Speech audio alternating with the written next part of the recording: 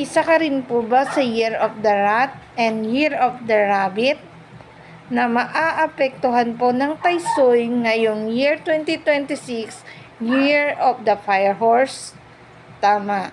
Ang mga Year of the Rat ay maaapektuhan po ng Taysoy ngayong taon na ito.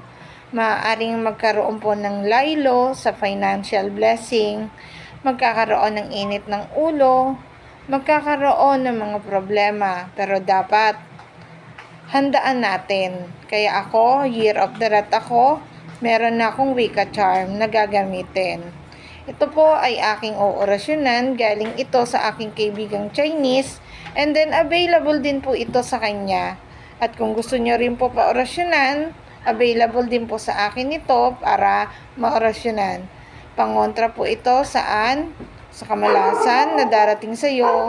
Mag-a-attract din po ito ng blessing at abundance na papasok sa iyo.